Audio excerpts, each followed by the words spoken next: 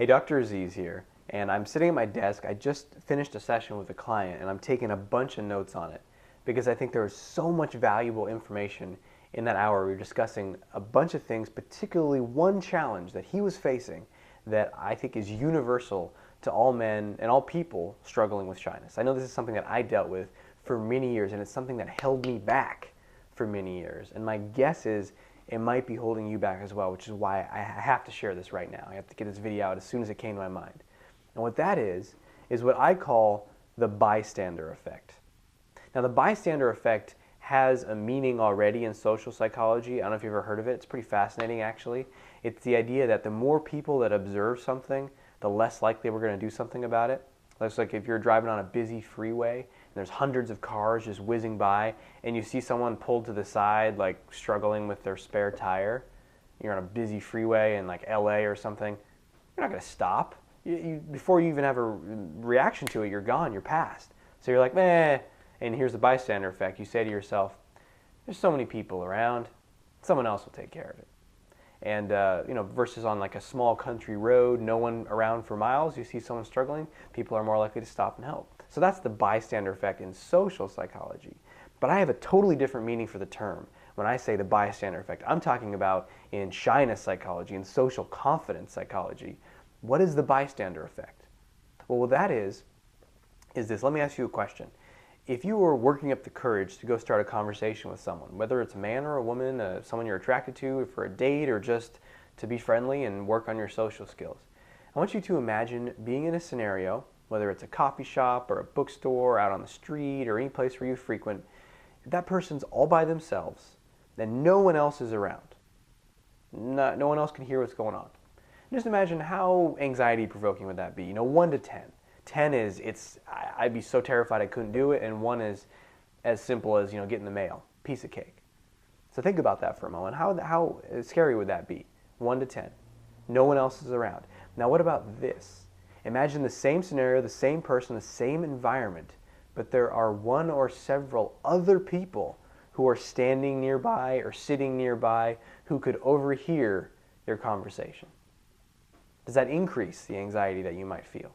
For myself and most people, that doubles it. That can skyrocket it. It can go from a 5 to a 10, or a 6 to a above 10, 10 plus, right?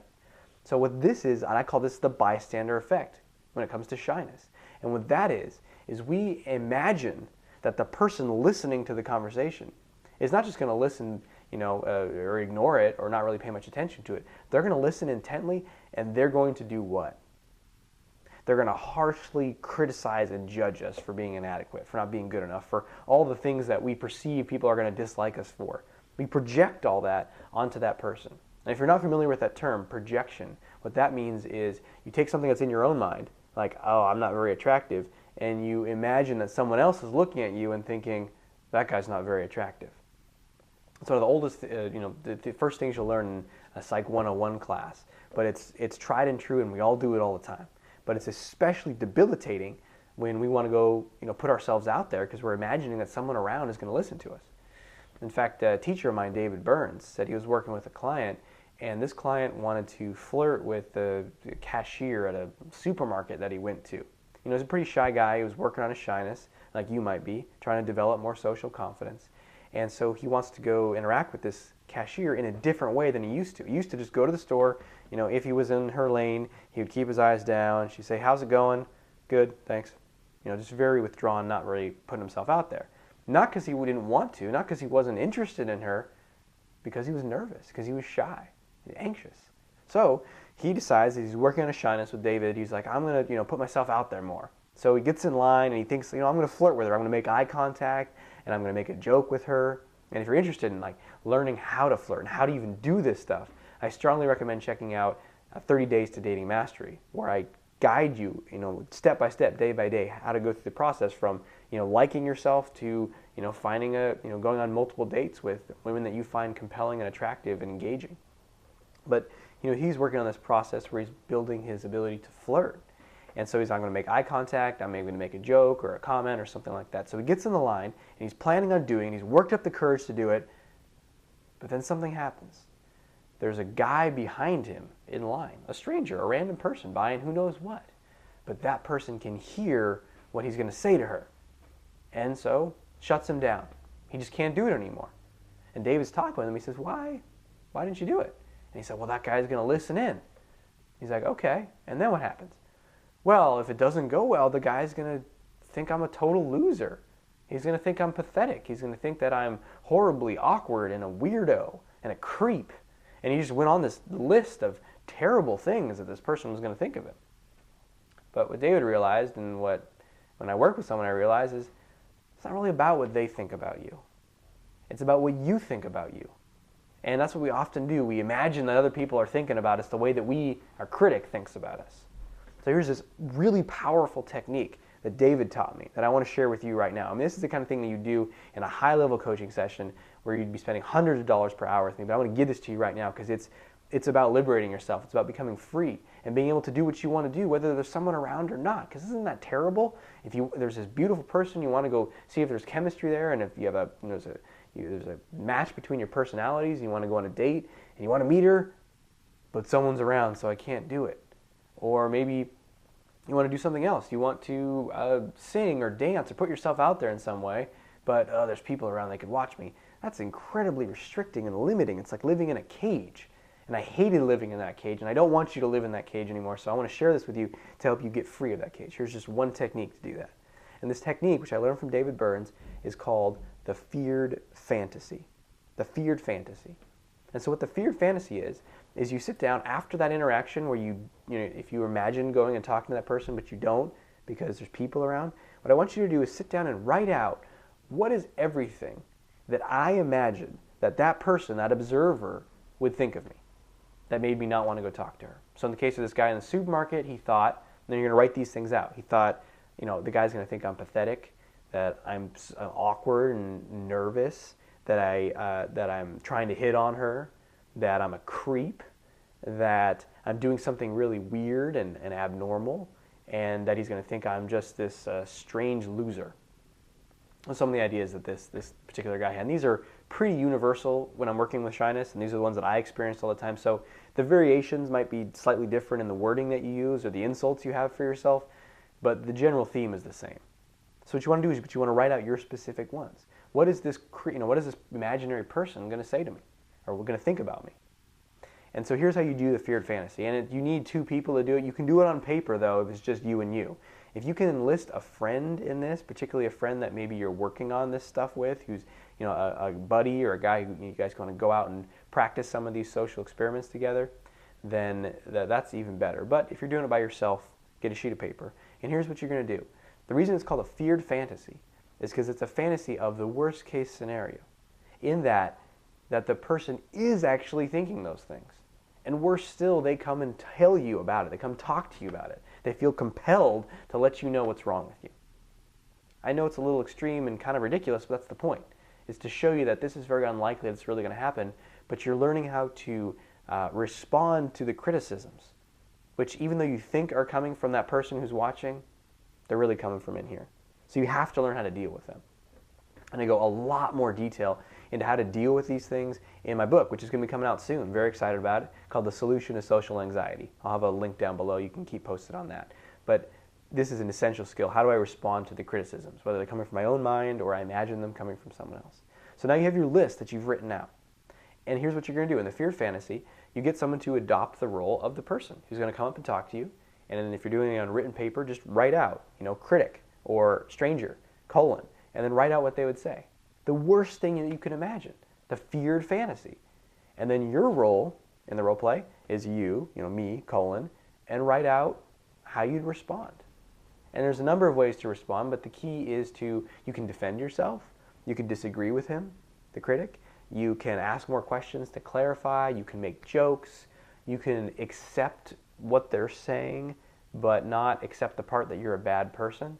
So if they say something like, I'll demonstrate in a minute, but they say something like, well, that was really awkward, you could say, I know, that didn't go very well.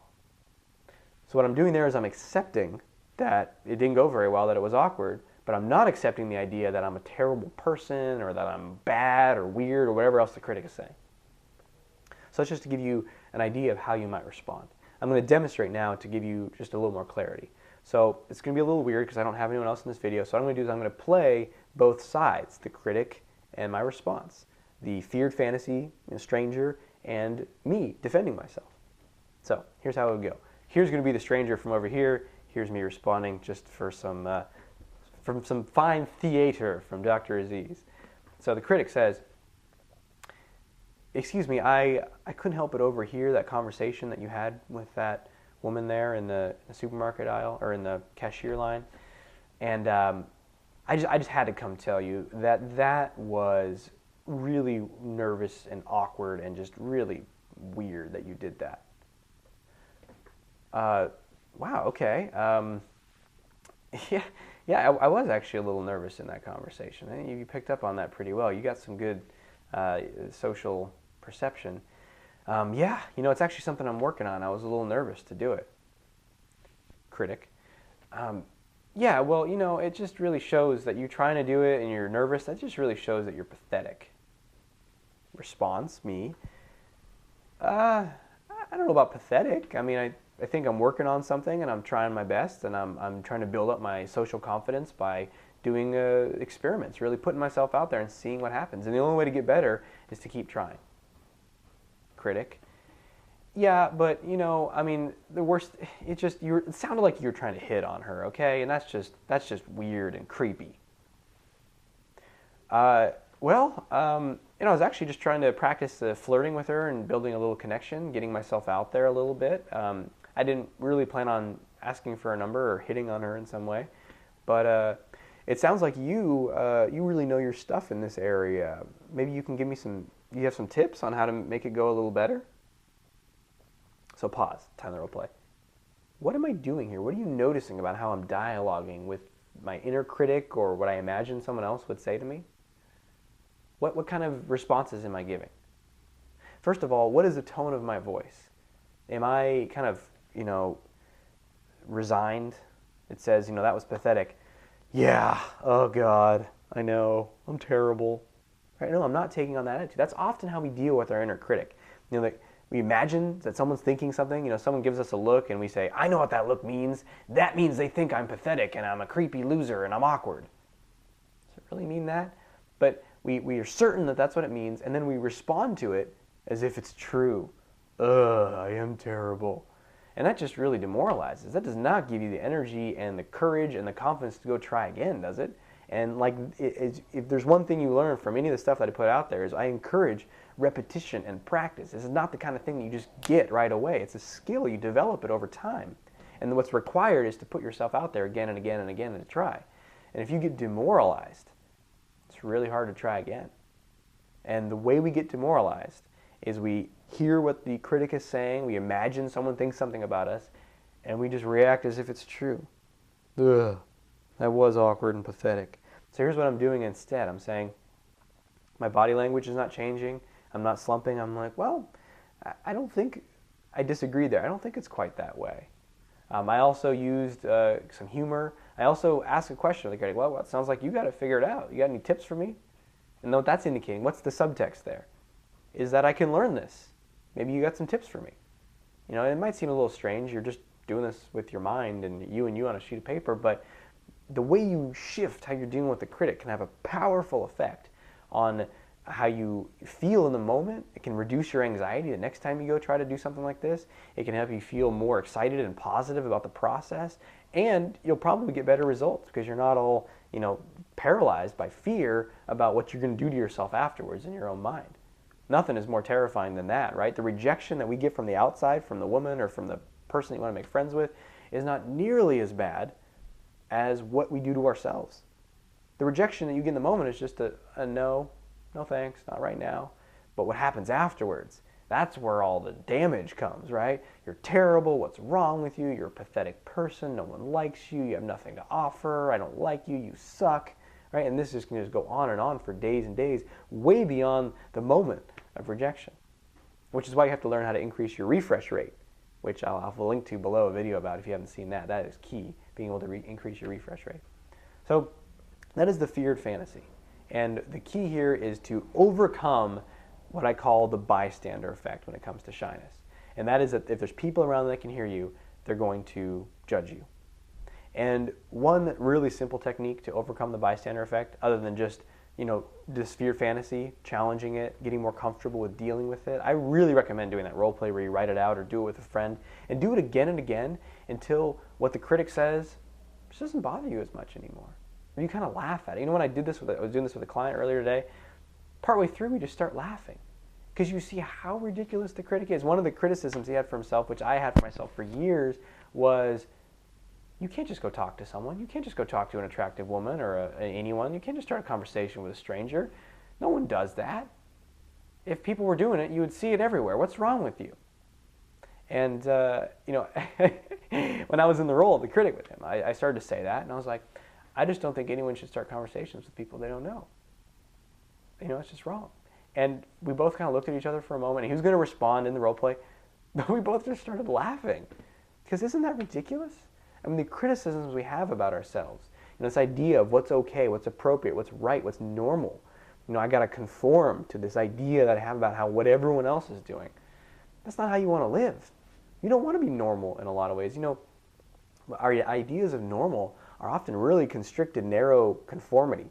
I don't want to dance because that might not be normal. I don't want to start a conversation because that might not be normal. I'm not going to go try to meet this beautiful woman because other guys might not do that. That's not normal. Well, first of all, I'd challenge that idea of normal. But even that, do you want to strive to be normal?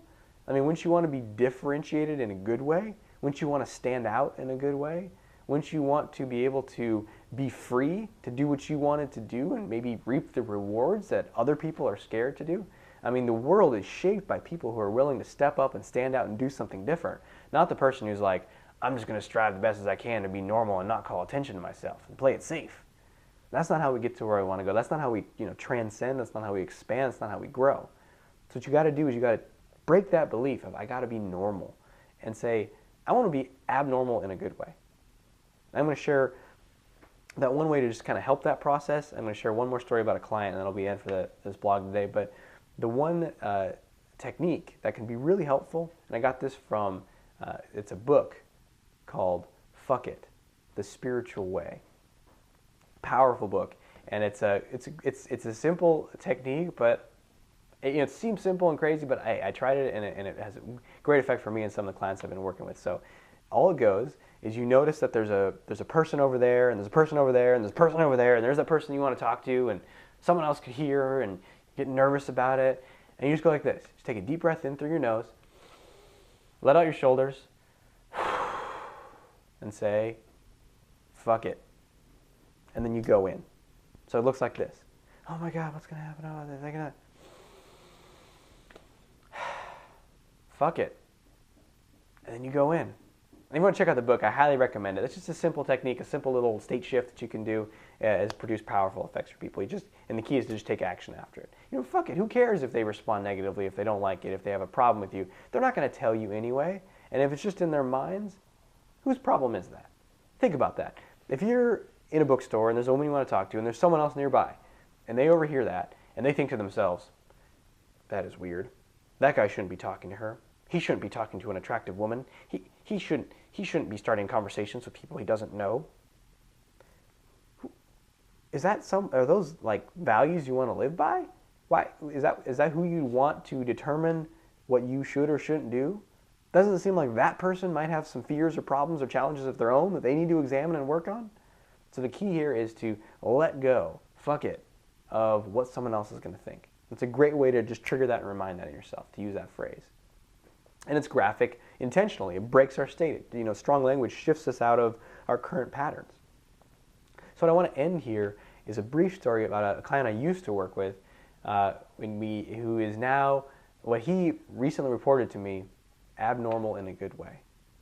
When we first started to work together, he came to me and he was just really shy, really closed in on himself. His body language was closed. He had very few friends. He managed to get into a relationship, a woman that selected him, but he was just like clinging to it like a piece of driftwood. He didn't really like her anymore, but he thought, there's no one else out there. If I let go of this driftwood, I'm going to drown. There's no other woman that would want to date me. So he was in a bad way. And we started to work on all this stuff. He started to change how he saw himself, that he had more to offer. He started to change how he saw other people, that they weren't so threatening, that he started to do a lot of social experiments and realized that he could make a shift in his life. And when he first came to me, he was obsessed with the idea that I'm not normal. There's something wrong with me. I'm not normal. I'm not, and he kept on saying this, I want to be normal. I'm not normal. And at some point I was like, what is normal?